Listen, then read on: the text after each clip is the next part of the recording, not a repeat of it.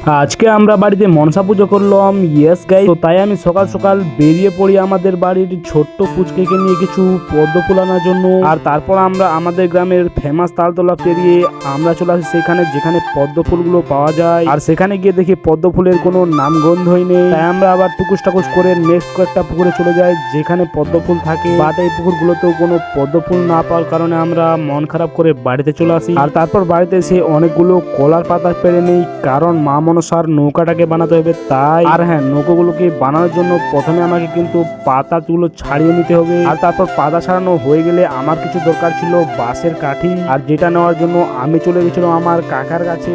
আর তারপর আমি সব নিয়ে বসে পড়ি এরকম একটা নৌকা বানানোর জন্য। আর তারপর এদিকে জোরে জোরে বৃষ্টি আসছিল আর আমি এদিকে মা মনসার নৌকাটাকে বানাচ্ছিল। আর বানানো কমপ্লিট হয়ে গেলে চান টান করি, আর এদিকে কিছুক্ষণ পরে শুরু করে দেয় বাবা পুজো। আর তারপর আমি পুজো শেষে মায়ের কাছ থেকে নিয়ে নিই প্রসাদ নিয়ে চলে আসি বাড়ির ভেতরে। আর এখানে এসে বৃষ্টি দেখি আর এদিকে প্রসাদ খাই। আর তারপর গেছিলাম কাকাদের বাড়িতে একটু প্রসাদ খাওয়ার জন্য, কারণ তারা বড় পুজো করে। আর তারপর সকাল হতে দেখতে পায় আমাদের যত নৌকা ছিল, মানে মা মনসার নৌকাগুলো সবগুলোকে ভাসিয়ে দিয়েছে মা কাকি বড় মা ওরা। আজকের এই মনসার ভিডিও এই পর্যন্তই।